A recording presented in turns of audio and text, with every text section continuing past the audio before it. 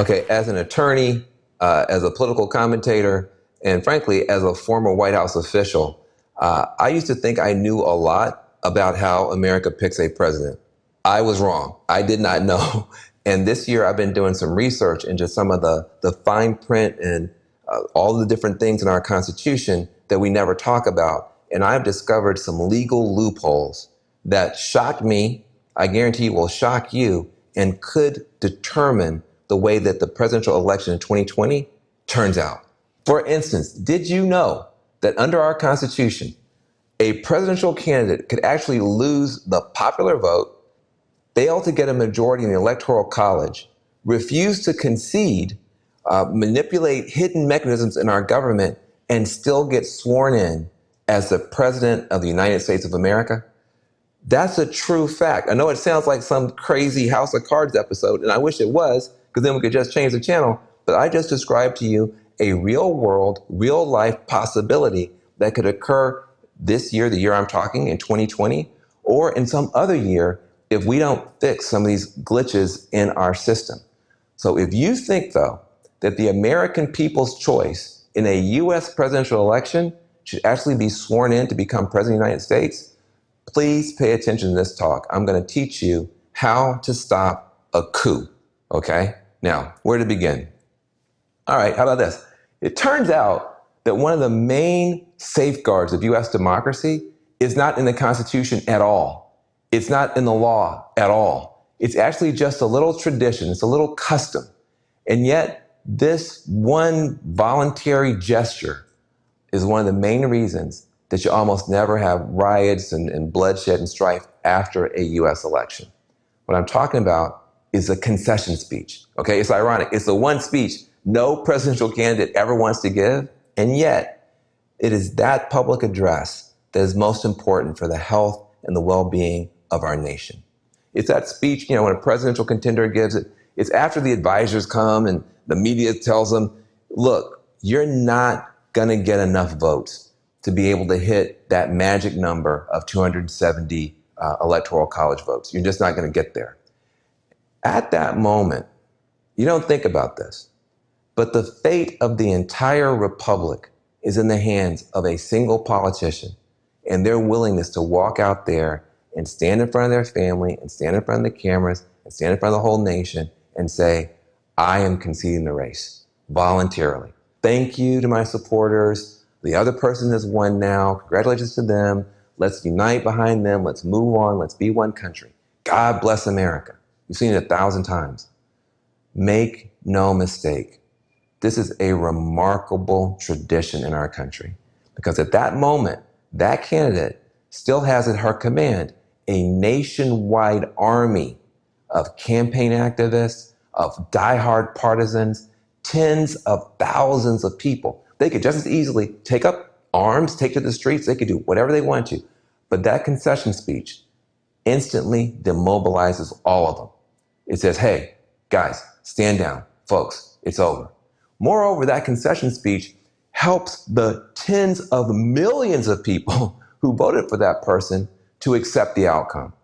Acknowledge the winner, however begrudgingly, and then just get up the next morning, go to work, go to school, maybe disappointed, but not disloyal to America's government.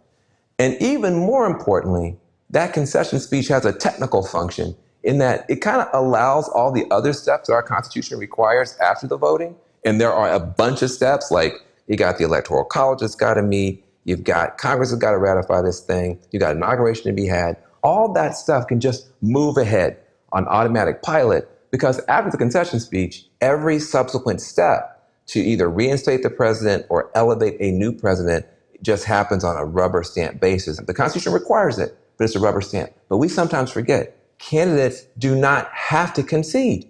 There's nothing that makes them concede.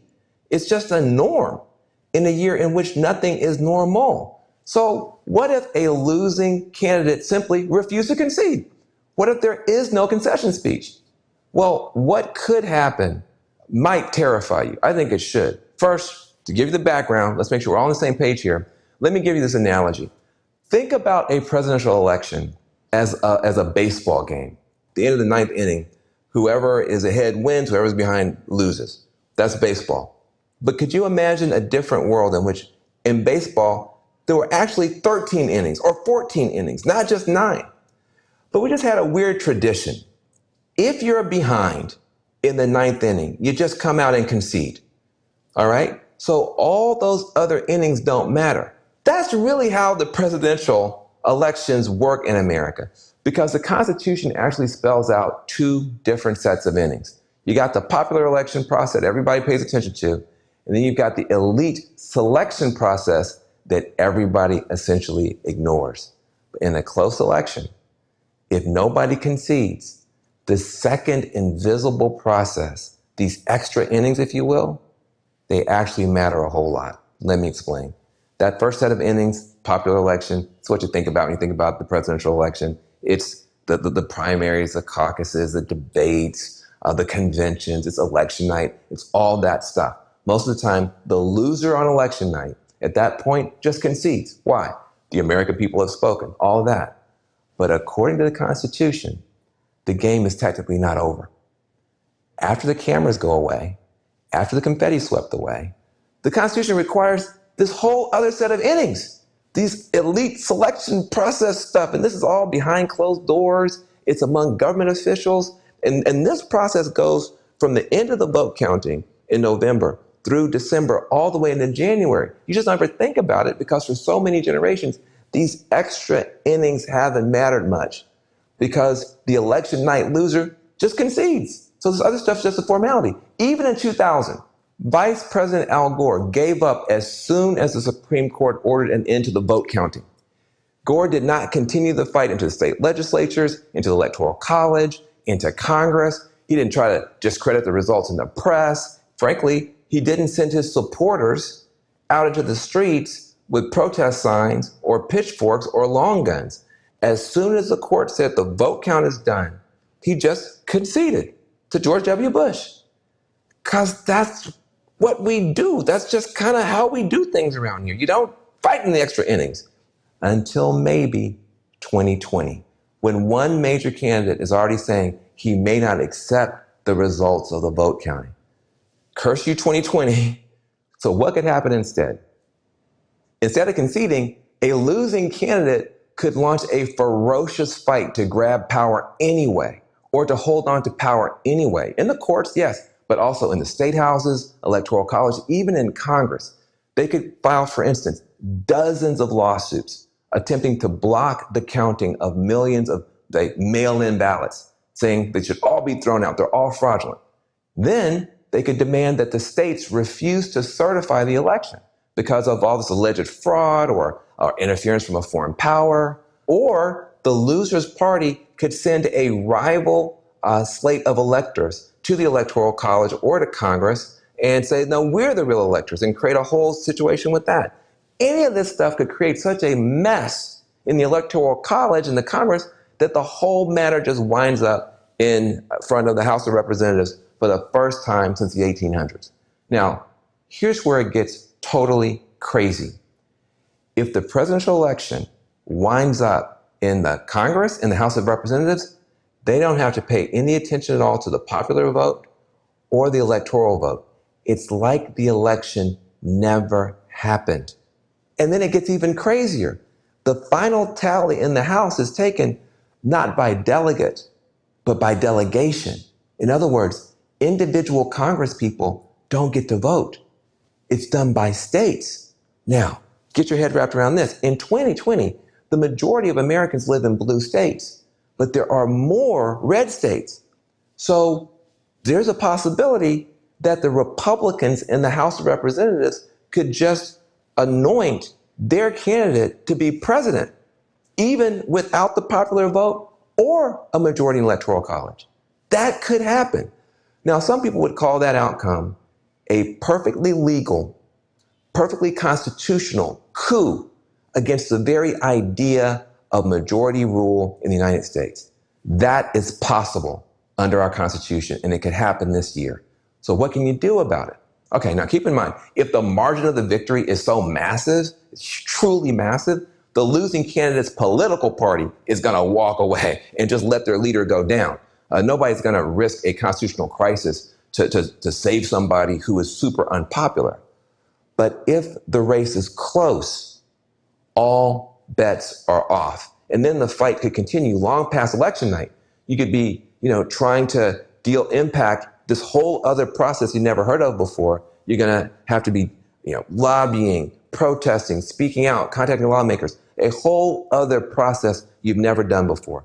So landing in this completely unfamiliar scenario, what can you do? How are we supposed to act? What are we supposed to do in this situation? There's basically three things that matter. Number one, get informed. A number of progressive organizations are already working hard to warn Americans about this growing threat to our democracy.